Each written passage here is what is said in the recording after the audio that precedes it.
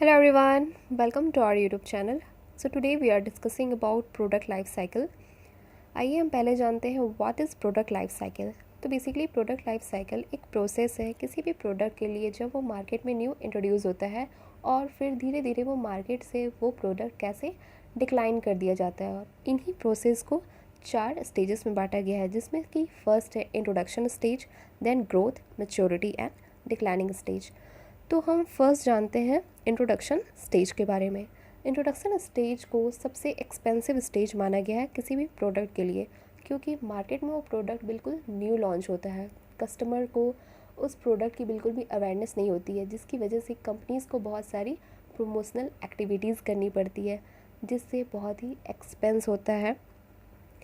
Market में product बिल्कुल new होती है, इसलिए कंपनीज़ को उस प्रोडक्ट की कंज्यूमर टेस्टिंग भी करनी पड़ती है, बहुत सारी प्रमोशनल एक्टिविटीज़ करनी पड़ती है, जिससे उस प्रोडक्ट की प्राइस काफ़ी हाई रहती है। अपनी इंट्रोडक्शन स्टेज में प्रोडक्ट की प्राइसेस हाई रहती है, बट उस प्रोडक्ट की जो मार्केट साइज़ है वो उस टाइम स्मॉल होती है और सेल्स भी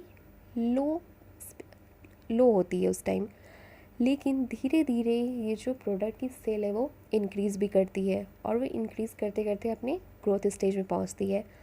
ग्रोथ स्टेज ऐसा स्टेज होता है उस प्रोडक्ट के लिए जहाँ पे उस प्रोडक्ट की जो सेल्स और प्रॉफिट मार्जिन होती है वो काफ़ी अच्छी रहने लगती है। उस प्रोडक्ट से कंपनीज़ को बेनिफिट मिलने लगती है और कंपनीज़ हर वो पॉसिबल एफ़र्ट करते हैं अपने प्रोडक्ट को मार्केट में बनाए रखने के लिए। यहाँ पे क्योंकि वो प्रोडक्ट पहले तो इंट्रोडक्शन स्टेज में न्यू आता है और धीरे धीरे ग्रो करके वो ग्रोथ स्टेज में पहुंचता है, उस टाइम तक जो कस्टमर है उस प्रोडक्ट से बिल्कुल भी अवेयर हो जाते हैं और दूसरी कंपनीज़ भी उस प्रोडक्ट के बारे में उन्हें भी पता चल जाती है। इसलिए मार्केट में यहाँ पे कॉम्पिटिटर बनना स्टार्ट हो जाते हैं और धीरे धीरे ये जो स्टेज है वो शिफ्ट होते हैं मैच्योरिटी स्टेज की तरफ। ग्रोथ स्टेज में उस प्रोडक्ट की कॉम्पिटिटर बस बनना स्टार्ट होते हैं और ये जो मैच्योरिटी स्टेज है यहाँ पे उस प्रोडक्ट के बहुत सारे कॉम्पिटिटर्स आ जाते हैं मार्केट में। इसलिए ये वो स्टेज है जहाँ पे किसी भी कंपनीज़ को सबसे ज़्यादा ध्यान रखना पड़ता है अपने प्रोडक्ट को मार्केट में बनाए रखने के लिए। इसलिए वो धीरे धीरे अपने प्रोडक्ट में कुछ मॉडिफिकेशन करना स्टार्ट कर देते हैं, कुछ इम्प्रूवमेंट करना स्टार्ट कर देते हैं। और जो कंपनीज़ अपने प्रोडक्ट में कुछ इम्प्रूवमेंट नहीं कर पाते हैं, धीरे धीरे उनके उस प्रोडक्ट को मार्केट से डिक्लाइन कर दिया जाता है। ये वो स्टेज है जहाँ पे कंपनीज़ अपने प्रोडक्ट को अपने कॉम्पिटिटर से कॉम्पीट करना पड़ता है और अगर कॉम्पिटिटर के सामने जो कंपनी है वो अपनी प्रोडक्ट को अच्छे से मार्केट में नहीं बनाए रख पाती है तो वो प्रोडक्ट की डिक्लाइनिंग स्टेज आ जाती है। डिक्लाइनिंग स्टेज में प्रोडक्ट जो है वो श्रिंक होना स्टार्ट हो जाती है, बिल्कुल छोटी होनी स्टार्ट हो जाती है। उसकी मार्केटिंग स्ट्रेटजी, मार्केट में उसकी डिमांड बिल्कुल ही कम हो जाने लगती है और इसे ही डिक्लाइनिंग स्टेज कहा जाता है।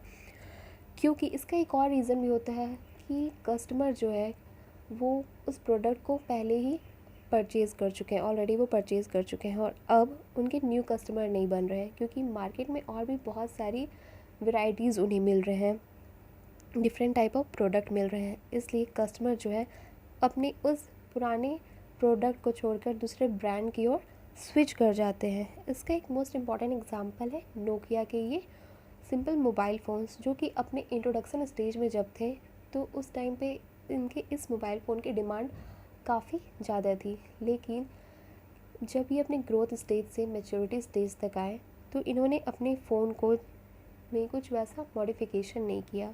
उस टाइम जब ये अपने इंट्रोडक्शन स्टेज में थे तो उस टाइम पे इसकी डिमांड काफ़ी ज़्यादा थी, सभी लोगों के पास ये फ़ोन अवेलेबल थे। लेकिन जैसे जैसे ये जो फ़ोन है वो अपने मैच्योरिटी स्टेज पे आया तो मार्केट में बहुत सारे और भी फीचर्स वाले मोबाइल फ़ोन्स आने लगे, तो कस्टमर उस ब्रांड की ओर स्विच करने लगे, जिसकी वजह से नोकिया की जो डिमांड है वो मार्केट से बिल्कुल डिक्लाइन होने लगी। तो यही एक रीज़न बनता है किसी भी प्रोडक्ट की अपने मार्केट से डिक्लाइन करने की, एक्सिट करने की, क्योंकि वो जो प्रोडक्ट है अपने कस्टमर को फुली सेटिस्फाई नहीं करने लगी। मार्केट में बहुत सारे और न्यू टेक्नोलॉजी, न्यू फीचर्स वाले प्रोडक्ट की आने की वजह से। तो यहाँ पे हमारे प्रोडक्ट लाइफ साइकिल के चारों स्टेज ख़त्म होते हैं। आई होप आप लोगों को ये समझ में आया होगा। अब हम इन्हीं प्रोडक्ट लाइफ साइकिल के चारों स्टेजेस को कस्टमर के पॉइंट ऑफ व्यू से समझेंगे। फर्स्ट, जब कोई भी प्रोडक्ट अपने इंट्रोडक्शन स्टेज पे होता है और उस प्रोडक्ट को जो कस्टमर परचेज़ करते हैं वो कहलाते हैं इनोवेटर्स। देन उस प्रोडक्ट की जैसे ही ग्रोथ स्टेज आती है वहाँ पे कस्टमर को उस प्रोडक्ट की नॉलेज होती है, वो अवेयर होते हैं, और जैसे ही मार्केट में वो प्रोडक्ट आती है, जब वो अपनी ग्रोथ स्टेज पे होती है, उस टाइम जो कस्टमर उसे परचेज़ करते हैं वो अर्ली अडॉप्टर्स कहलाते हैं। देन जब वो प्रोडक्ट अपनी मैच्योरिटी स्टेज पे होती है, उस टाइम उस प्रोडक्ट को जो कस्टमर परचेज़ करते हैं वो कस्टमर कहलाते हैं अर्ली मेजॉरिटी। और जो वो प्रोडक्ट अपनी डिक्लाइनिंग स्टेज पे होती है, फिर भी कुछ कस्टमर है जो उस प्रोडक्ट को परचेज़ कर रहे हैं उस टाइम भी, वैसे कस्टमर कहलाते हैं लेट मेजॉरिटी। और डिक्लाइनिंग होने के बाद भी वो जो मार्केट में वो प्रोडक्ट अगर रह गई है, फिर भी कुछ कस्टमर उसे परचेज़ कर रहे हैं, वो कहलाते हैं लैगर्ड्स। तो और इस इनोवेशन एडॉप्शन कर्व जो कि कस्टमर के पॉइंट ऑफ व्यू से बताया गया है, इस मॉडल को दिया है रॉजर्स ने।